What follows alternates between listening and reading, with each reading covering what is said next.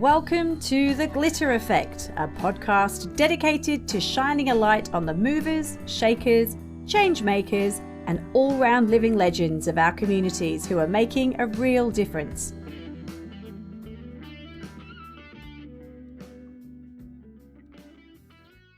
Welcome to The Glitter Effect. Today's guest is someone whose honesty, courage, and purpose-driven work has not only saved lives, but created a movement across Australia and beyond. I'm absolutely honoured to welcome Matt Runnalls, who is a mental health advocate, founder of Mindfull Aus, speaker, author, and a true community builder. Matt's journey is one of deep pain that turned into powerful purpose. After facing his own battles with mental health over the years, he's made a commitment not just to survive, but to ensure that others don't have to suffer in silence the way he once did. Through Mindfull Aus, Matt has become a fierce voice for communities, not just in Australia, but across the globe, and in particular, rural and regional Australia, where he has been creating safe spaces for honest conversations, connection, and healing. And his message is simple, but yet really profound. Healing happens in community. Let's dive in. Welcome to The Glitter Effect, Matt Runnalls. I am so happy to have you. Thank you for having me. It's always good to hang out with you, and I'm loving what you're up to. Thank you. I will let our listeners know that we actually connected a few years ago when I was involved in my local football club. So I have worked with Matt and Mindfull Aus, and I have nothing but admiration for this guy and what he does. So we are going to find out more, and hopefully all the followers think the same. Tell us, Matt, you have an extraordinarily powerful and deeply personal story. Can you share with the listeners the journey that led you to where you are today and how you've become such a passionate advocate for mental health and community wellbeing? Yeah, thanks, Kate. Well, I guess for me, there is a journey. There's 34 years of journey there that's equated to this moment. But just like a lot of other kids around Australia, I experienced some emotional health challenges. For a long time, didn't understand them, didn't know what they were, as none of us did.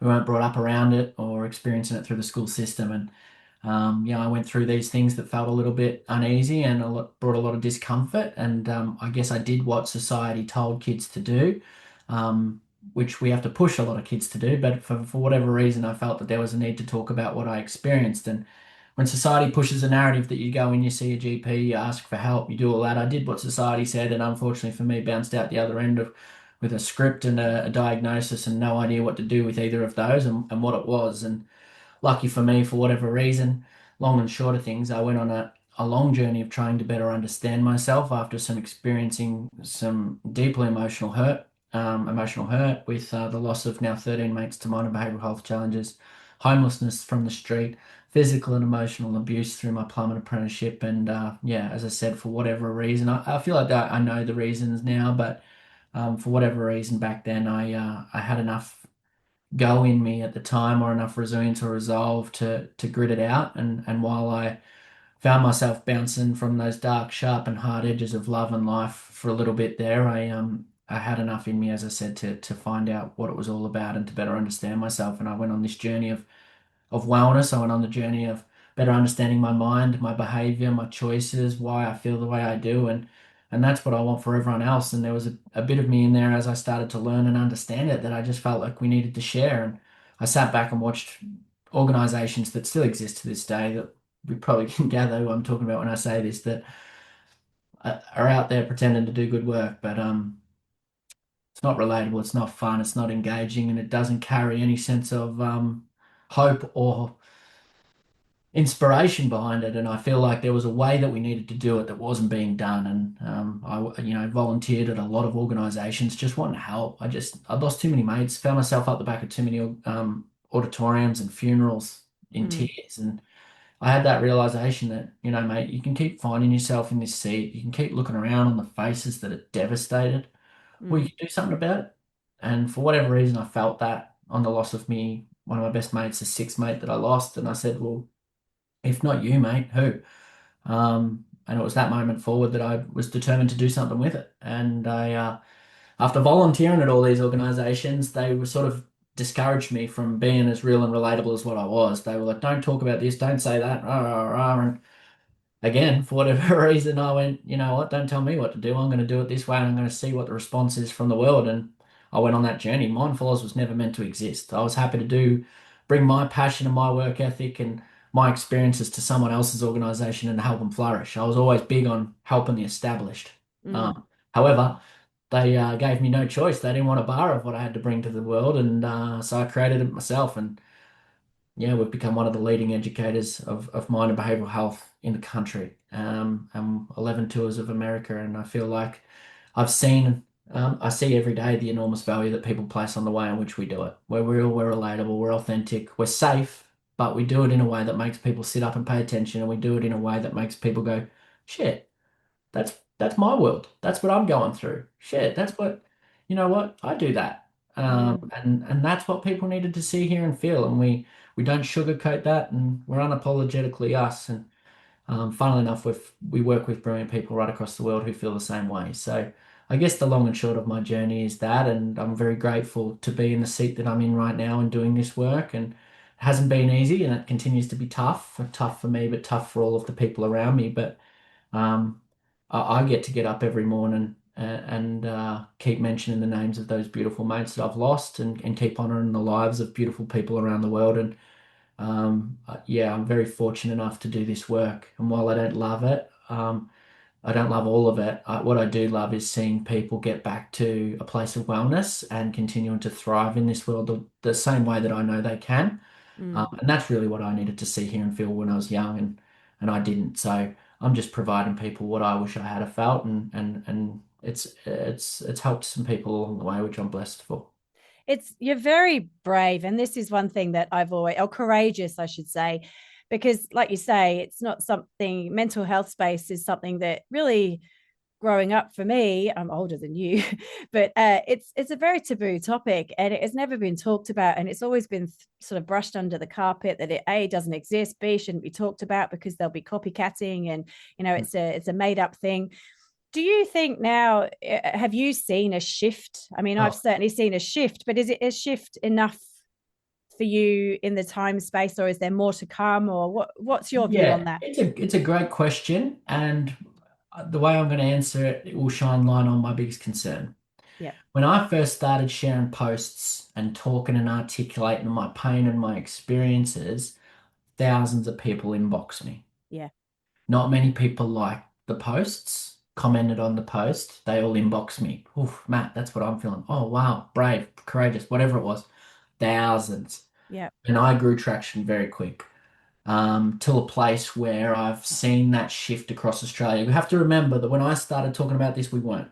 Yeah. When I was mentioning the word suicide, people would tell me, stop it. Yeah. Now, look what happened. Yeah. We're doing it.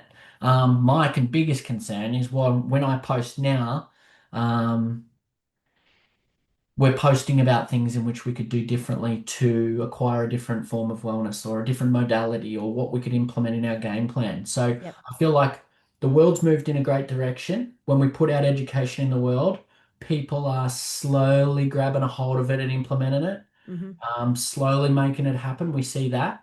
We are talking about it now into a place where it's just unfathomable to think we never did. Yeah. We definitely talk about it, but I still remember when we didn't, and I was shunned and shut down and suppressed and marginalized. My biggest concern is what I'm seeing now, and I work in America and I work here consistently. Mm-hmm. America's where we used to be, which is they're in that proactive space right now. Wow, we're talking about this stuff. This is cool, great. And I'm building masses of people that are like, wow, this is great. We're finally doing something about it. So they're behind us. Yep. Why I still love going there is they haven't got to where we're getting to, Mm. which is the place of now it's a commodity, now it's an excuse, now it's sexy, now it's attractive to bathe in our challenges. Yep. So the more saturation there is in the space, the more people that are popping up thinking that they know better. Mm-hmm. The more speaking gigs I do now, where I have people that pay money to come and watch me speak only to tell me they know better, Mm. we're getting that. America doesn't have that yet, and that's why I love going there. But I do see that that's where they'll get to as well, with a Yeah. place where we speak about this stuff so honestly and so consistently, and we have some of the best advocates in this country, in the world, in this country. But we have people popping up all over the place pretending they know better. People starting organisations out of a place of significance, not contribution. Yep. As I said, I only started Mindfull Aus because there wasn't a space for what I wanted to do. Now people are starting it because I want to start it because I want to be the person front and center. Yeah. I have people when I get off stage every day go, oh, I want to do what you want to do. I said, well, come join us. And they'll go, oh, I'm going to start my own thing. So, Yeah. well, that comes from a place of me versus how can I help them? Hmm. And this is why we see all this popcorn style saturation all over the field. And justifiably, we have a lot of people that are quite frustrated with the fact that there's a million charities and mental health Mm. organizations and clothing brands and positive messages that we are watering down messages with and contradicting each other's messages. We've got a lot of people doing it out of a good place of their heart, but absolutely know nothing about mind and behavioral health, not skilled, not trained, not safe. Yep. That's my biggest concern for the field. Mm. We've gone from one end to the other, and we've done it pretty quick. 12 years, I reckon. 12 years ago, you couldn't say suicide. And now everyone's saying it, and now everyone's talking about it, but I don't agree with everyone that's out there doing it. Mm. That's a fair point. And talking about you with your open, honest stories, I touched on your intro that you wrote a book in that was published in 2021. Is that right? Yeah, I Uh, believe so. Time. uh, time's flown. Nobody can save me. And I have my copy. I've got it here with me. And I read it when it first came out. And it actually said it was, just a side note, a number one bestseller on Amazon. But this book itself, it's a raw and honest reflection of your mental health journey. Yeah. What inspired you to write that, and how has it helped you process your own experience to get to where you are Yeah, now in 2025, let's say? absolutely. Well, I guess for me, I had a lot of different publishers that came from my journey pretty on, and they wanted to publish my story and my autobiography. Yep. Um, for whatever reason, I was not keen on doing that, and I had Yeah. no interest in writing a book Mm. or even considering it. So I said no to everyone straight away. Yep. Anyway, when we were sitting down in COVID, and I was limited in what I could do to help and support people, and a lot of people were hurting.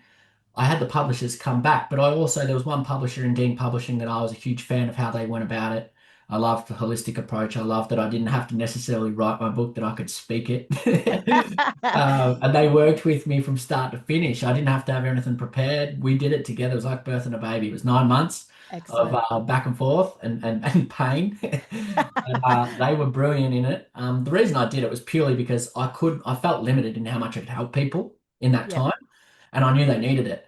So what I wanted to do was create a resource that I agreed with Dean Publishing that it wouldn't be an autobiography, that it would be a memoir as such. It would have a lot of my stories. However, part three was absolutely compulsory, that it was skills, tools, and strategies. Yeah. Because what I wanted to do was not only give them my story, because I didn't need people to know about me. I didn't need them to know, oh wow, Matt's had a journey. Great, I'm glad he's doing well. What I Mm. needed people to go away was feel connected to what I'd experienced, um, wake them up in terms of some things that I went through, and Mm. then provide them a plethora of skills and knowledge that I've acquired from some of the world's best change agents and leaders in the space, and then they would have that there forever. And yeah, there's a lot of things I'd change in that book now, but it is what it is, right? I don't think I'll ever do another one. It was a cathartic experience, but it was Yep. a really, really painful one for acknowledging all of the different things in my life that had happened, from a roundtable of 12, editors over the course of the journey who poked and Yeah. prodded out different parts of my story. And yeah, it's not chapter one, chapter two, it's part one, two, three, and four. So we assembled it, they assembled it in the best way that they thought it made sense. And I was adamant that we must have tools and strategies because that's what the book's purpose was. So, Nobody Can Save Me was a really provocative title. Mm. I knew that I know there's a lot of people out there that are bathed in their bathtub of limiting beliefs about what mental health and that is, and so I wanted to appeal to those people to go, look, Mum told you, nobody can save me, I'm buggered.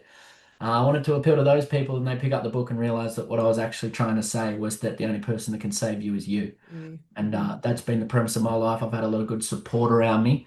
And just like we do in school, we have all these great educators that are there to give us all the knowledge throughout the year, but the only person that can lift the pen come exam time was you. Mm. And for me and my wellness journey, it's myself. And until I took onus for my wellness and had acceptance for it, was I able to grab an understanding and education around it and put it all into action. So yeah, that was what I wanted to help people to better understand, and I'm glad it's out there now. It's somehow still selling.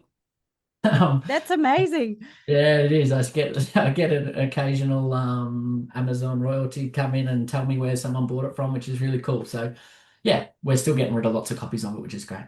Look, I side note to all the listeners, I think if you haven't already, absolutely get this book, because for me it was very, like I said, raw, honest, open. It must have made you feel quite vulnerable as well, sharing with Oh yeah. people outside of your Yeah. world. I was definitely worried that emotional hangover I got of vulnerability when they said it was live and available on bookstores. I was there was no turning back, and that was a very Mm, scary proposition. But look, I was waiting for all the naysayers, I was waiting for all the negativity, and I built myself up on that premise. And I still yet haven't to this date had anyone kick back off that book or tell me that what I wrote was wrong. So yeah. yeah, there's a lot of citations and references in the back. The book's full of evidence, some in which we don't want to necessarily listen to, but it was important that what I put out there was evidence informed and based. So yeah. Absolutely. And I think that's it. You hit the nail on the head. You got me from cover to cover, because it was not only was it you sharing your story, it was a learning and education as well for personally for me as a reader. And one thing that I loved, the quote that stuck with me, and I touched on it on your intro, is you said healing doesn't happen in isolation, it happens in community. So this obviously forms the premise of what you've gone on to do in Mindfull Aus and beyond. Can you share with me more about how grassroots efforts and safe spaces can actually create this healing, if that's the word you can use in this space? Yeah, Or, absolutely. It's imperative, like I said, we have all the teachers and we have all the supports, and we need that to get the wheels turning. We need, the human being's fundamentally wired for several things. I like to sum it up as love, belonging, connection, contribution, and variety. All five of those things must be created by experiences around us. yep, Love, belonging, connection, that's external. We can love ourselves, but we can't create our own sense of belonging and connection yep, without other people. So that those three there alone are the needs of a human being. And contribution and variety. Well, what are we contributing to if we don't have anyone there to contribute to? We have to be living in purpose of something bigger than ourselves.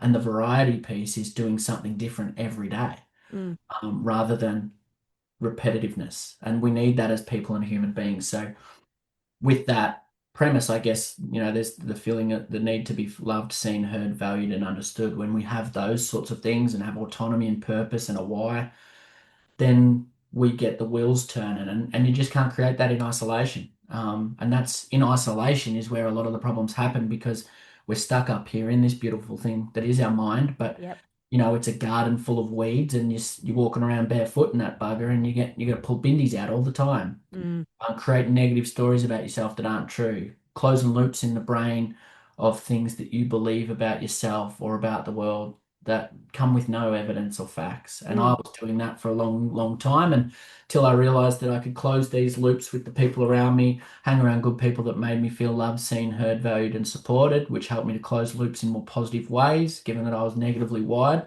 and the yep, world is. And that sense of connection and contribution. There's a lot of people that come to me every day and they're like, oh, when I get well, I want to do what you're doing. I'm like, no, no, no. Come do what I do, and I believe it'll get you well. yeah, And that's what happened to me. Contribution was big. I wasn't well, but what I could do is go and put myself in an environment where I could help others. And funnily enough, by helping others, I met beautiful people, and beautiful mm, people become my community, and my community helped me to get to a place of wellness. So I'm a big one for it. We must find those places in our life of connection, mm-hmm, belonging, and that difference between fitting in and belonging, which is yep, where we're hanging out in spaces in which we can just be who we are and be loved for that, yep, versus fitting in, which is being involved in spaces where we feel like we've got to bring something to the table. yep, And when I was in places of contribution, helping other charities and doing fundraisers and hitting next on a speaker's PowerPoint slide, whatever it was, I found these people that just loved me for me. yeah, And I got my wheels turning. And when you get your wheels turning, you can go out there and do good, and you can mm, live the life you were born to live and make the difference you were born to make. And you find the good people along the way, and you just keep topping up on those good people that pick up the oars and push you in the right direction. mm. With that though, you talk about really powerfully about showing up as your authentic self, which I think you do extraordinarily well, and it's something that we can all learn from. You are a very public figure in that mental health space, as you said. How do you balance that, being a public figure and knowing when to protect your own energy and to take a step back? There's the million-dollar question I'd love for Mm. someone to teach me about. Look, I am always working on that. Boundaries are important, but boundaries don't taste like love to a lot of people in this world. Therefore, when we put them up, people kick back off them. Same way our kids will never go, Mum, thanks for taking the iPad off me. That's a great idea. The same way when I say no to people in the community, they don't like it because I'm meant to be this for them, and Matt, you said you care about people, and here you are not caring about us. And we need something now, and you need to provide it. And it's bloody tough work. It's hard. It's. I feel like I've got myself in a place of responsibility where I find it really, really tough to let people down or to say no. Yeah. And a part of that's my own challenge and Yeah. my own problem, and a part of that needs to it comes from the community being more respectful of the fact that I can only do as much as I can do, and all they've got is proof that I care about them, which, as I said, people tend to forget about. So I guess for me, you never signed up for these responsibilities. You just want to go out there and do a good different, make a difference. Mm. But we've made so much of a difference that people there is responsibilities that come with it, and you've got to make those changes in your life. For balance for me is ensuring that I have it. I have, work's not always going to be simple. It's not always going to be easy. Um, but I've got to make sure that, the four quadrants of life, one of them's work, one of them's social, one of Mm. them's my own health, and one of them's financial. And those are the four quadrants of life for me. And if I have a 6 out of 10 in all of those areas, then I find good balance. It doesn't have to be a 10 out of 10, but the research will show me that we need to remain a 6 out of 10 in all of those categories to live a good life. Yeah. And so it's acknowledging when things are below a 6 that I probably need to put something else down to pay it attention, because we do need all of them working in sync together. But it's okay to say no, it's okay to put things down. But when we do, it's being respectful of what we are putting down, Mm. and acknowledging that, this next couple of months are going to be tough and it's going to feel a little bit heavy, but I know that it's going to contribute to something more beautiful on the other side. So all of that is what I work off. As I said, I could get much better at the whole boundary thing, and I could get better at saying no. But yeah, yeah, It's a whereas learning curve, but it is, yeah, and I think, yeah, just from what you're saying to us in this just very short chat, if we can all take just a little bit of what you're saying, our lives would all change for the better. I mean, don't undersell yourself. You're doing incredible things for yourself and for community and beyond. So, but it's tough. I suppose you just want more and more, don't you? It's that yeah. sort And of I want, vicious I circle. that's right. I want more and more too. I'm not someone who sits still. I'm not Yeah. someone who's good at sitting still. Look, a lot of the chaos that I create in this world is because of my own inability to smell the roses Yep. and my lack of being able to be, I guess, comfortable or content with what I've done. Yep. Which means that there's a lot of good work being done, but it also means that sometimes I need to go stop and smell the roses while I'm still here to smell them, Yep. and help other people to do the same. So yeah, we're always working towards something. This isn't about having an easy life. This is about having a good one, and a good one means consistency and Yep. being as good as healthy as we can as often as possible. And yeah, we're going to get it wrong sometimes. We're going to make mistakes, but it's acknowledging them, reflecting on them, and alter them to get a different outcome. Yeah, that's spot on.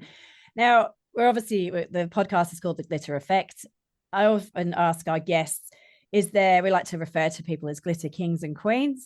Is there a glitter king or queen or anyone that you have come across over your life that you think has changed the way you think today or has made an impact on you? It doesn't have to be one person, it could be a couple of people. Is there anyone that's really impacted you over the years? Yeah, look, there is, and I'm always thinking about this too because I'm in the space now of passing my baton on to the next people that want to play in this space, and I'm only probably doing that on the back of it'd be easy for me to walk away and go, well, you guys figure it out. Yeah. I'm passing my baton on to others because Kevin Hines did that for me. Kevin Hines is definitely someone that was a glitter king for me, gave me an opportunity, believed in me when no one else did. And he believed that there was, if he put a skill set in my hands, that potentially I'd be someone who made a real difference. And I want to do that for other people out there. I think of, mentors in the space that I've had. I've had some really great ones, worked under some of the best minds in the space. But I also think of my upbringing. I think of my dad. We're best mates. And while our parents get it wrong from time to time and we shit on them because of that, the older I get, the more I understand that geez, there was some things that he did really well. Mm, And I wouldn't be here having that conversation with you now if it wasn't for some of those small things. So, I talk about it last night on stage. My father he never was someone who criticized me or yelled at me when I made a mistake. mm, Um, it was always about, hey, Matt, what's the learning? And when you have that environment as a young kid and you have it now as a 34-year-old adult, you just know that you're able to make mistakes. mm, And you know that when you make mistakes, you learn from them versus I don't want to make another one because I'll get in trouble. yeah. And I look at my life and the fact that I'm still here to be able to talk about it and do this work while others aren't, I think purely sometimes in my reflection comes back to that. Mm. People feel lost and lonely in this world and don't know where to turn. I always knew that I had somewhere to turn. Yeah, that's special. That's And really special. even now as an adult, when I make mistakes, I know there's a quiet confidence in me that people say that I have, or a certainty, or I'm sure of myself, Mm, and that comes back from the fact that I know that if I go bullet a gate at something, or if I'm sure of something, I'm all in. mm. And by being all in, I have the quiet confidence of knowing that if I stuff it up, it's all going to be okay. And Yeah. there's a learning behind every stuff up and mistake. And I feel if you look at the world this day and age, there's not a lot of that. Kids are scared to make mistakes. People are scared to put themselves in arenas. People sit behind keyboards and throw abuse and Mm, shade people. No one wants to get in the arena and get their hands dirty. And there's so many beautiful people out there that will go to the deathbed with regrets and mm. fear that they didn't do what they were born to do. And I don't have that, and that's not because of me. That's because of an upbringing where my father allowed me to fail often, Mm. and it wasn't about bouncing back. It was about growing forward. Yeah, it's interesting. I was actually talking to a friend just today, this morning, and we were talking about it's not the same, but very similar in that transition, say like for kids from primary to secondary school, it's a massive jump. We don't actually allow our children as parents to fail safely in primary school as often as they should. So as soon as they then arrive in secondary school, it's like this big, wide open door they fall into, and then they fail, and they don't actually know how to We, navigate that. yeah, I think there's probably not a lot of people like me saying this, but a lot of the stuff that I see every single day in this world comes back to parenting. It's quite simple. 100%. Parenting's not simple by all means. It's the toughest, hardest job there is out there, but it's Mm, the most rewarding. And I think if we just changed a few of those behaviors as parents, we have huge hearts. We want to help. We want to make a difference. We've lived this life and we don't want them to make the same mistakes we have. yeah. But we're only who we are because of the mistakes we made, which means they need to make them too. Yep. And we should encourage them to make them. Kids love autonomy, they love choice, they love independence, they love a sense of achievement. You don't get that when you're a negligent parent. You don't get that when you're a autonomy control parent. You don't get that when you're a bulldozer parent, a helicopter parent. Mm, Let these kids be kids and let mm. them hurt, let them fail. I think Justin Coulson says it on his podcast all the time. Um, Encourage a kid to take one big risk a week that might end them up in hospital. Yeah. Yeah. Yeah. He does That's too. Yeah. confronting, but they Yeah. need it. They need it. They Yeah. need to hurt. They need to fall. They need to physically and emotionally. They need the stress. They need the failure. It's Mm, what makes us us. It's what made you you. It's what made me me. But if we stop them from feeling these wonderful things, they'll only ever be what we wanted them to be, and that's not who they want to be. yeah. And with no coping mechanisms when it Correct. actually gets to when they do get to that point. Um, we're coming to the end, a little bit more lighthearted. We like to sort of sprinkle a bit of wisdom at the end of every podcast. Uh, what is a small but meaningful action that you recommend that our listeners could take today to spread their glitter in their world around them? High altitude living. And what I mean by that is take big risks, huge accountability to those risks, Mm-hmm. and remain positive through it. There's so much good that can be done in this world. There's so much good that everyone possesses. And I just fear that, as I said before, there's a lot of people that are sitting on things that they could do magic with. And the process of high altitude living has been one of mine, and it's one I encourage my staff here to do as well. Uh, Take a huge risk each week, take a huge risk each day. because one of those risks is going to end up in some bit of magic that'll change your world and change someone else's. But we've got to be accountable to that and accountable to the reflection process of what went wrong, what went right, what could I do differently.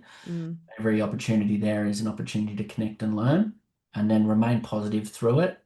You're going to fail, you're going to make mistakes, you're going to make choices that you're not proud of, but it's all part of it. And all of our setbacks, pain, adversity, challenges, pain and discomfort is what makes us us. So the more we put ourselves in those sharp, hard, and beautiful edges of love and life, the more likely we are to do good. Amazing. You're so powerful. Even to the last question, you're so powerful with all your responses. I love it. Matt Runnalls, a huge heartfelt thank you for joining me on the Glitter Effect podcast today. Your raw honesty, your deep compassion, and your unwavering commitment to the mental wellness and suicide prevention is so powerful. Your journey from lived experience through from leading Mindfull Aus is a shining example of what it means to turn pain into purpose and to lead with authenticity and courage, which I applaud. Your words remind us all of the importance of human connection, of showing up for one another, and of the power of grassroots and volunteer-led movements in changing lives of others. You truly, truly, truly embody what I class as the glitter effect, and you are spreading the light in the darkest of places and inspiring others to do the same, which is highly commendable. Thank you for being a voice for those who feel unheard, for championing mental health in every corner of our community, and for reminding us that our glitter, our impact matters most when it is actually shared. Keep shining bright, Matt, because the world is a better place with you in it. Thank you so much for your time today. I wish you all the best with everything, and we will be in touch again soon. Take care. Thank you, Kate, and thanks for starting these beautiful conversations across the world. I'm very appreciative. Thank you. Thank you for joining me, Kate Ganneil, on The Glitter Effect. If you've loved this episode, be sure to subscribe, share it with a friend, and let's keep the conversation going. Until next time, keep showing up, making an impact, and sprinkling that glitter wherever you go. Bye for now.